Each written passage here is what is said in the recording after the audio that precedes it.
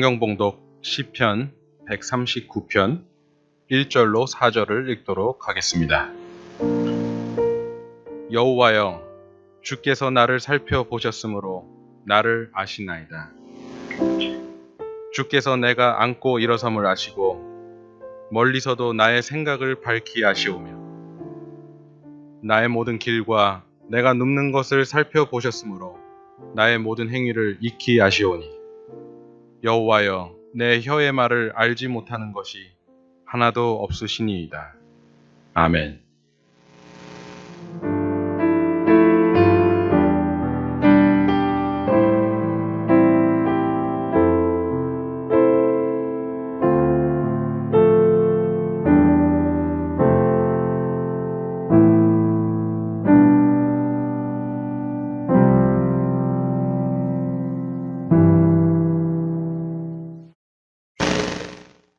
기억의 창고에 담긴 잊을 수 없는 얘기로 오늘 말씀을 시작합니다.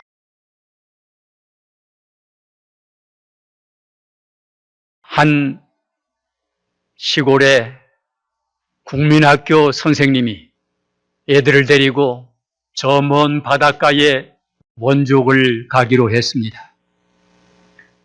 그래서 이 아이들이 그날을 얼마나 기다렸겠습니까? 엄마가 해준 김밥과 그리고 사이다를 넣고 또한 달걀을 넣고 그 소풍을 가는 것입니다.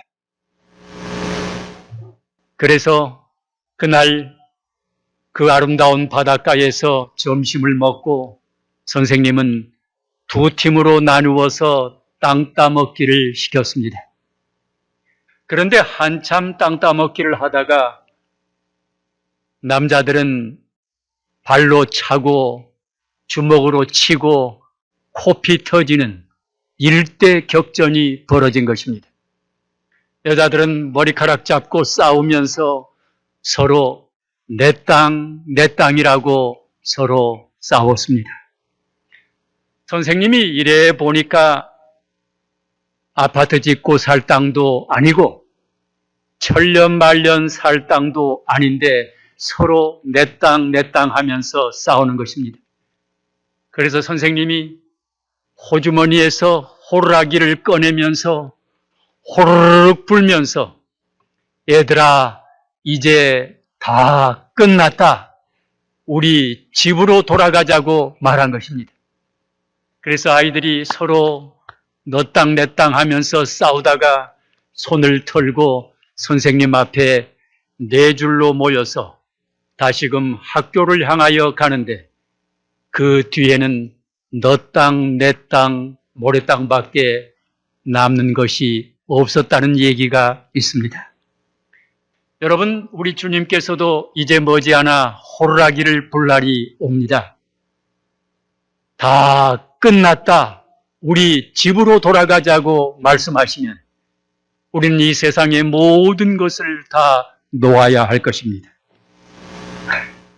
예수님이 다시 오시는 모습은 필설로 다 묘사할 수 없는 장관이 될 것입니다. 우리는 분명히 예수님의 사랑스러운 모습을 보게 될 것입니다. 여러분, 예수님께서 이 땅이 다시금 회복되어 새하늘과 새 땅으로 창조하시는 데에는 세 차례에 걸쳐서 이 땅에 우리 주님은 오시는 것입니다. 첫 번째는 예수님은 구세주로 오셨어요. 그것을 성경은 초림이라고 말합니다. 이 땅에 사람이 되셔서 유대나라 베들레헴에 탄생하신 것입니다. 마태복음 2장 1절에는 헤로드 왕 때에 예수께서 유대 베들레헴에서 나시매라고 했습니다. 예수 그리스도의 초림은 세상의 주목을 끌지 못했습니다. 여러분, 두 번째 예수님께서 오시는 재림은 예수님은 신랑으로 오십니다. 신부를 데리러 오시는 것입니다. 데살로니가전서 4장 16절 17절에 주께서 호령과 천사장의 소리와 하나님의 나팔로 친히 하늘로 조차 강림하시리니 그리스도 안에서 죽은 자들이 먼저 일어나고 그 후에 우리 살아남은 자도 저희와 함께 구름 속으로 끌어올려 공중에서 주를 영접하게 하시리니 그리하여 우리가 항상 주와 함께 있으리라고 말씀하셨습니다. 예수님이 재림하실 때는 그분의 발이 이 땅에 닿지 않습니다. 여러분, 우리 주님은 신랑으로 오시는 것입니다. 그리하여 우리가 항상 주와 함께 있으리라고 말씀하셨습니다. 세 번째로 우리 예수님은 만왕의 왕으로 오시게 될 것입니다. 그분은 만왕의 왕, 만주의 주가 되십니다.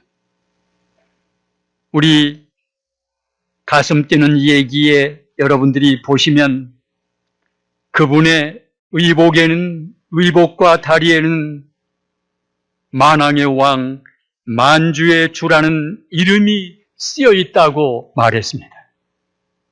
우리 주님께서 재림하신 후에 1000년 후에 하늘 예루살렘 성이 이 땅으로 다시 내려오게 될 터인데 그날에는 그의 발이 예루살렘 앞 곧 동편 감람산에 서실 것이라고 스가랴 14장 4절은 말씀하였습니다. 그런데 주님께서 이 땅에 발을 디디디실 때는 그 땅은 더럽고 부정한 땅이 아닙니다. 그 땅은 불로 완전히 정결된 땅에 주님께서 그의 발이 땅에 닿을 것이라고 말합니다. 그래서 세 번째 오시는 주님은 만왕의 왕 만주의 주로서 이 땅에 오실 뿐만 아니라 심판주로서 이 땅에 오시는 것입니다. 여러분, 그 심판을 성경은 집행심판이라고 말합니다. 다시 말하면 불로 세상을 완전하게 소독하시고 정결하게 하시는 것입니다. 다시는 죄의 바이러스가 없는 세상 말입니다. 요한계시록 20장 9절에 보면 하늘에서 불이 내려와 모든 죄와 죄악의 쓰레기 더미들을 소멸하게 될 것입니다. 그래서 말라기 4장 1절은 극렬한 풀무불 같은 날이 이르리니 그들을 살라 그 뿌리와 가지를 남기지 아니할 것이라고 말씀하였습니다. 여러분, 놀라운 얘기 아닙니까?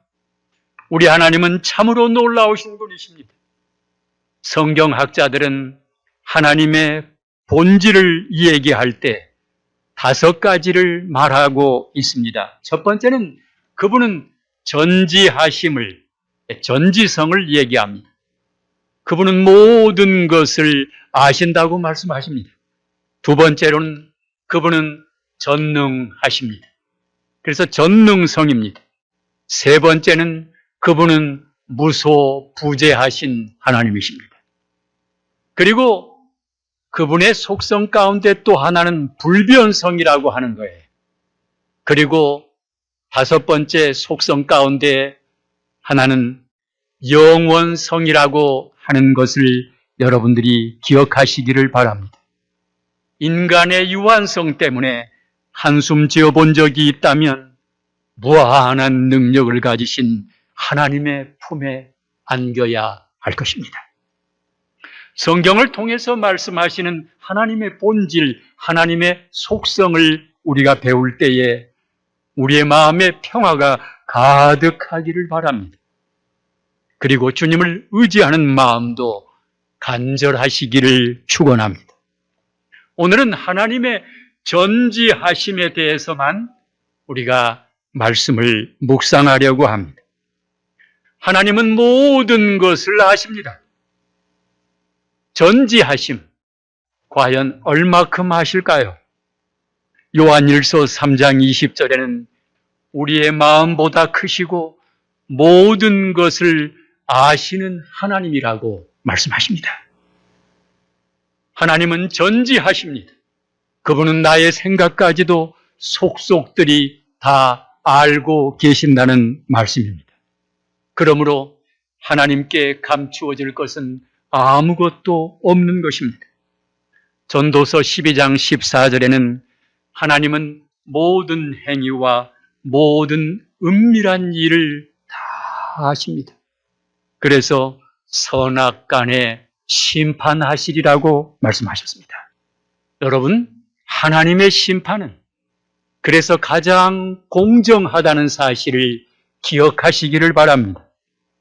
그러므로 무엇이든지 하나님의 면전에서 숨기려고 하는 일은 쓸데없는 일인 것입니다. 그분 앞에는 모든 것을 다 털어놓고 맡길 수 있다는 말씀입니다. 시편 90편 8절에는 하나님은 은밀한 죄들을 아신다고 했습니다. 그리고 열왕기상 8장 39절에는 주만 홀로 인생의 마음을 다 아신다라고 했습니다. 그리고 우리 하나님은 저와 여러분이 가는 길을 확실하게 아십니다. 욥기 23장 10절에는 나의 가는 길을 오직 그가 아시나니 그가 나를 단련하신 후에는 내가 정금같이 나오리라고 말씀하였습니다. 출애굽기 3장 7절을 보면 여호와께서 가라사대 내가 예굽에 있는 내 백성의 고통을 정령이 보고 그분은 보십니다. 그들이 그 간역자로 인하여 부르짖음을 듣고 들으십니다. 그리고 그 우고를 알고라고 했습니다.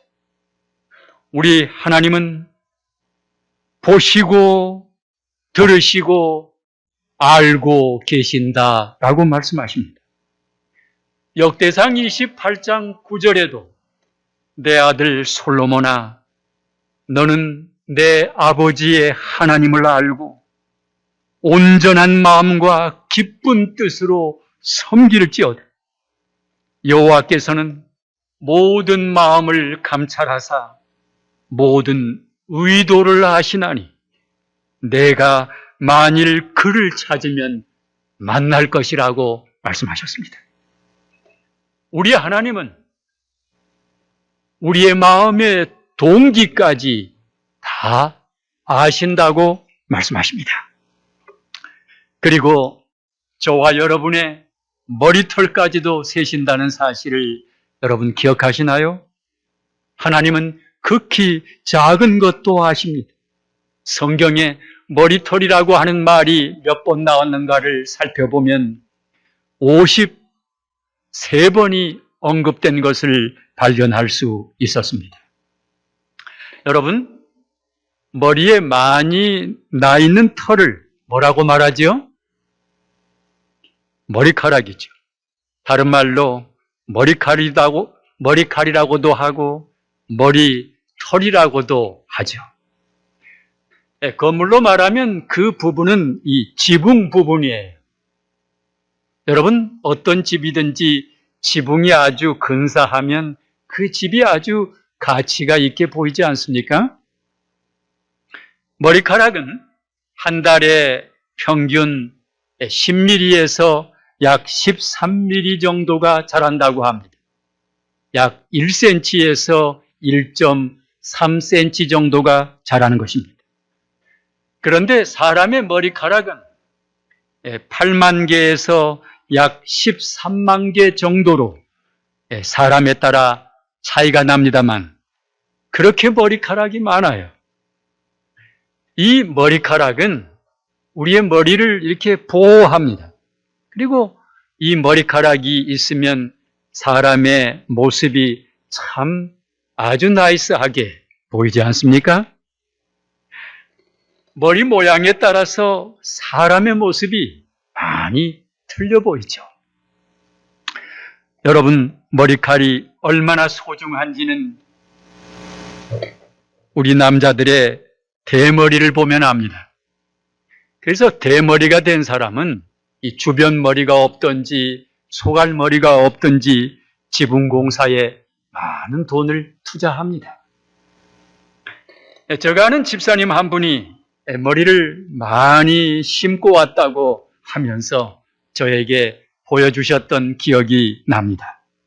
그래서 대머리 남자들은 이식을 하기도 하고 또 머리 나는 샴푸를 쓰기도 하고 그리고 좋다는 약을 먹기도 합니다. 머리카락은 보통 하루에 50개 정도가 빠집니다만 그러나 빠지는 것만이 아니라 또 계속해서 새로운 머리카락이 올라온다는 사실입니다. 진짜 부모와 그 자녀가 맞는지를 확인할 때 요즘 어떤 검사를 하는지 아십니까? 바로 머리카락 검사예요. 신기하게도 이 작은 머리카락에는 우리 몸의 모든 정보가 다 들어 있습니다. 유전자 검사뿐만 아니라 나쁜 약을 먹었는지 그리고 질병은 없는지 알려고 할 때 이 머리카락 검사를 하는 것입니다. 피를 뽑는 혈액 검사는 검사하는 때의 그 건강 상태만을 알 수 있지만 머리카락 검사는 그 머리의 길이에 따라서 과거에서부터 현재까지의 건강 상태를 시간별로 자세히 알 수 있게 한다고 합니다. 참 신기하죠?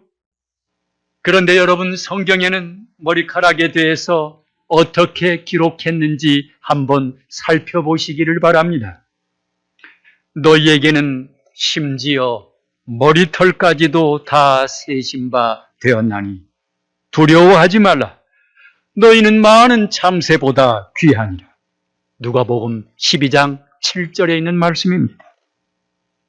하나님께서는 우리를 사랑하셔서 우리의 머리털처럼 아주 작은 부분까지도 완벽하게 잘 아시고 돌보신다는 사실을 잘 기억하시기를 바랍니다. 머리털을 세실 만큼 우리를 사랑하시는 하나님. 그래서 거울을 볼 때마다 머리털을 주시고 또한 머리털을 세실 만큼 우리를 사랑하시는 그리고 세밀하게 아시는 하나님을 찬양해 보십시오. 작은 머리털 하나에도 자세한 건강 정보를 새겨주신 하나님께 감사하시기를 바랍니다. 여러분, 창조주께서는 내가 내 자신을 아는 것보다도 훨씬 더 나를 잘 알고 계신다는 사실이에요. 그래서 엘렌 화이트는 하나님께서 그대를 위하여 계획을 세우시게 하라고 말했습니다. 나를 가장 잘 아시는 하나님께서 나를 위한 계획을 세워주시도록 부탁하라고 말씀하십니다. 여러분, 전지하신 하나님, 그분은 저와 여러분의 과거와 현재를 정확하게 아십니다. 여러분이 성경을 보시면 요한복음 4장에는 사마리아인 여자가 나옵니다. 사마리아 여자와 그의 과거사를 아시는 사실은 하나님이신 예수님의 전지성을 나타내 보이는 진리인 것입니다. 요한복음 4장 4절로 26절을 보면 예수님과 사마리아 여인과의 대화를 볼 수 있습니다. 행로에 지친 예수님이 우물가에 앉으셔서 물을 좀 달라고 요청하십니다.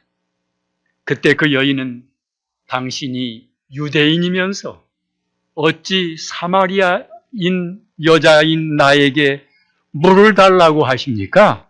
라고 불손한 말을 하였습니다. 그러나 여러 가지 말씀을 하시던 중에 예수님께서는 내 남편을 불러오라고 말씀하십니다. 그때 여자가 대답하기를 나는 남편이 없나이다 라고 대답하였죠. 예수님은 이어 말씀하시기를 내가 남편이 없다 하는 말이 옳도다. 내가 남편이 5이 있었으나 지금 있는 자는 내 남편이 아니니 내 말이 참되도다 라고 말씀하셨습니다. 이 말씀에 사마리아인 그 여인은 깜짝 놀라면서 주여 내가 보호니 선지자로소이다 그렇게 고백하면서 마침내는 그분이 바로 예배를 받으실 메시아, 영원하신 하나님, 전능하신 하나님, 전지하신 하나님으로 깨닫고 그분을 영접하게 됩니다. 요한복음 4장 28절로 30절을 보면 여자가 물동이를 버려두고 동네에 들어가서 사람들에게 이르되 나의 행한 모든 일을 내게 말한 사람을 와 보라. 이는 그리스도가 아니냐 하니 저희가 동네에서 나와 예수께로 오더라라고 말씀하였습니다. 여러분, 전지하신 우리 하나님은 과거의 일들을 처음부터 아시는 하나님이십니다. 그리고 미래의 일들도 미리 아시는 하나님이심을 성경은 우리에게 계시하고 있습니다. 그리고 여러분, 하나님은 저와 여러분들의 이름까지 아십니다. 그리고 여러분들이 어디에 사는 것도 알고 있다고 말씀하십니다. 여러분, 누가복음 19장 1절로 10절에 보면 삭개오가 예수님 앞에 회개하고 믿어 구원을 얻는 놀라운 장면을 볼 수 있습니다. 삭개오는 세리장이었어요. 그리고 그는 부자였지만 늘 마음이 평안하지를 못했습니다. 그 마음에 돈으로는 만족할 수 없는 심령의 갈급함이 있었습니다. 그런데 소문에 들으니 예수님은 세리와 죄인들의 친구가 되시고 그들을 사랑하시고 그래서 그들의 죄를 용서하시고 그들에게 소망을 주신다는 소식을 들었습니다. 그래서 삭개오는 내가 꼭 예수님을 만나봐야겠다는 결심을 하게 됩니다. 마침 자기가 살던 여리고에 예수님이 지나가신다고 하는 소식을 들었습니다. 그러나 그는 키가 너무 작아서 많은 사람들 때문에 예수님을 볼 수가 없었습니다. 그래서 그는 체면불구하고 뽕나무로 달려가서 그 뽕나무에 올라갑니다. 그리고 그 지나가시는 예수님을 그렇게 보고 싶어 했습니다. 우리 예수님은 전지하신 분이십니다. 그러므로 삭개오의 이름도 아시고 마음도 그의 소원도 행동도 다 알고 계셨던 것입니다. 성경은 예수께서 그곳에 이르사 우러러보시고 이르시되 삭개오야 속히 내려오라. 오늘 내가 내 집에 유하여야 하겠다고 말씀하셨습니다. 이 예수님의 감미로운 음성을 듣고 이 삭개오는 황홀경 속에 빠진 것처럼 그의 심령이 두근거렸습니다. 삭개오는 급히 내려와서 예수님을 자기 집에 모셨죠.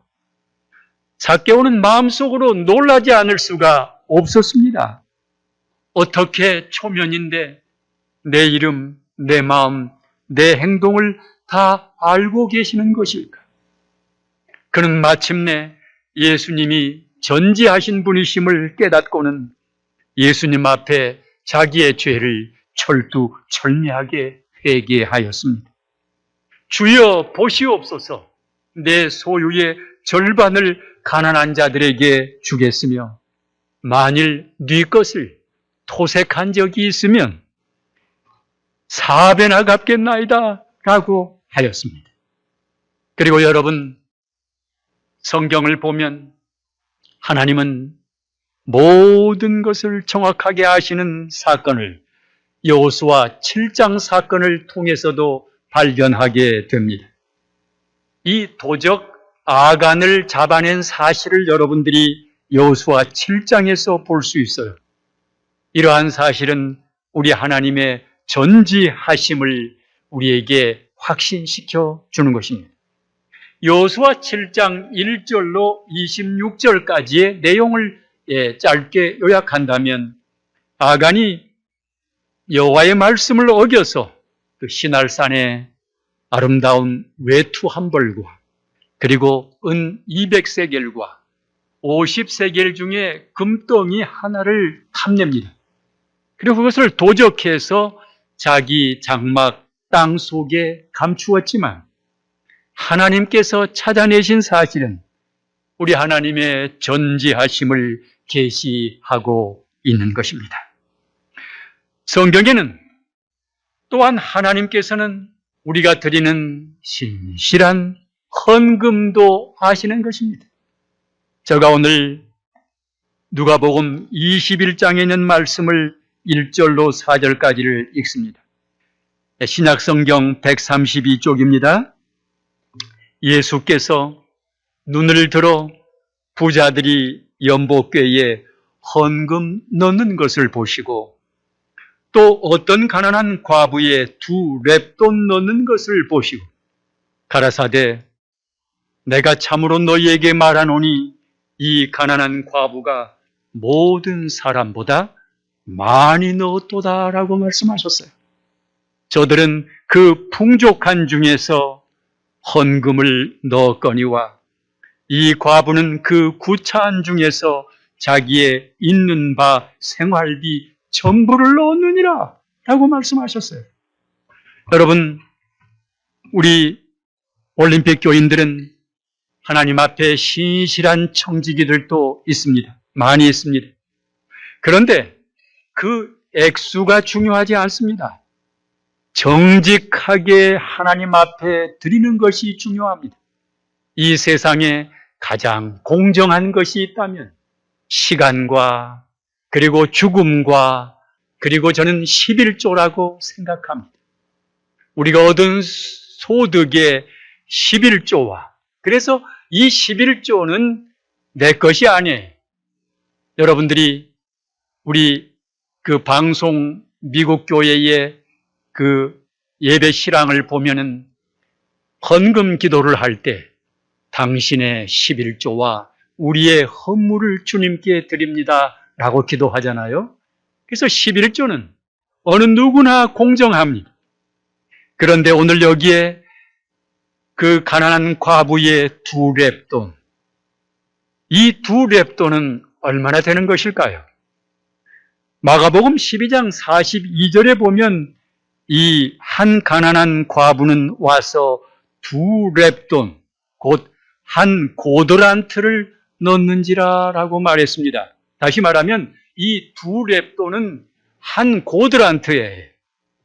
그런데 여러분, 참새 2마리 값이 얼마인 줄 아셔요? 예수님 당시에 참새 2마리 값은 한 아사리온이에요.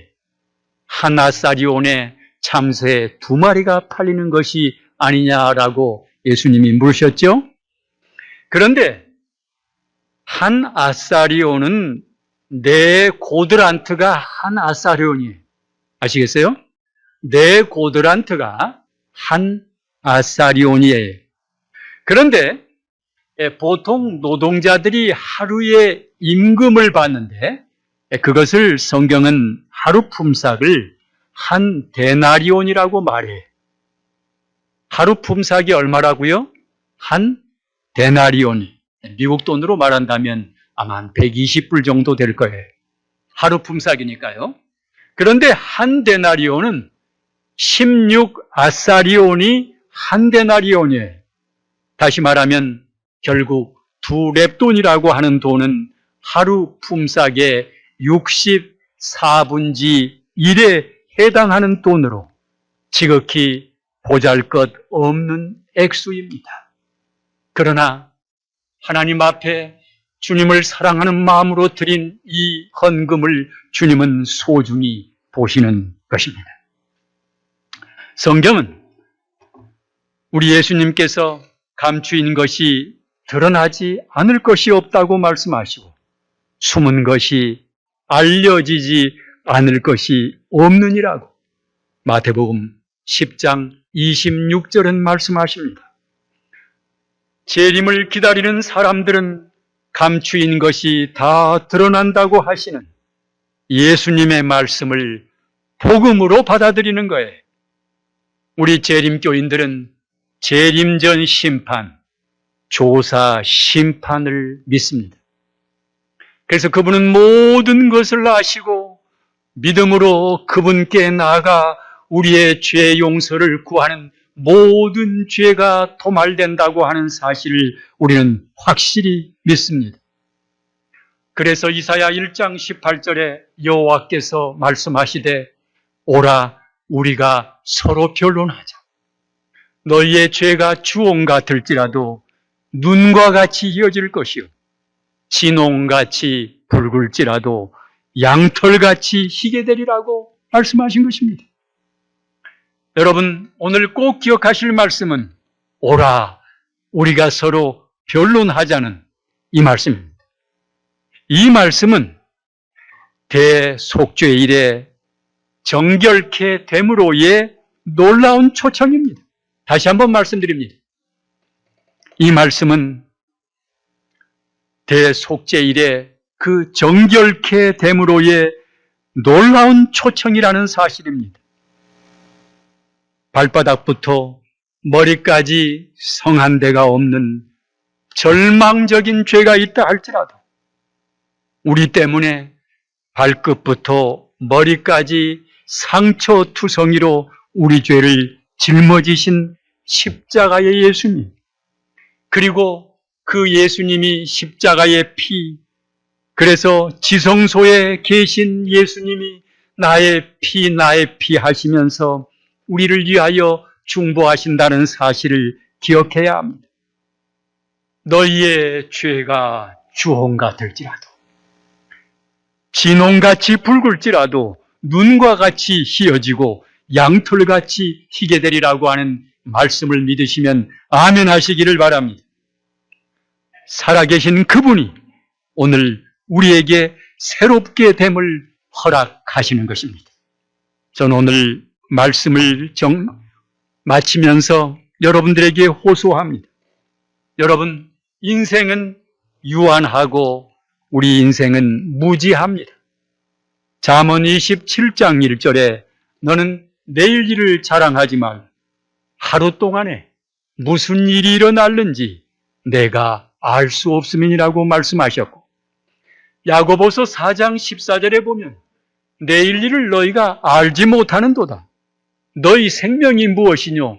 너희는 잠깐 보이다가 없어지는 안개니라고 말씀하셨습니다.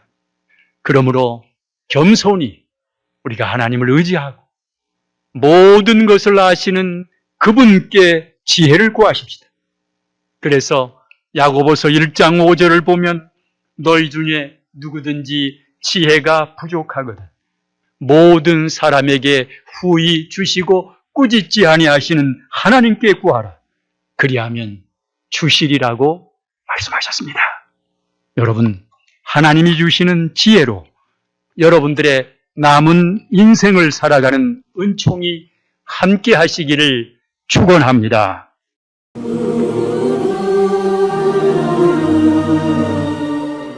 이제는 우리 주 예수 그리스도의 은혜와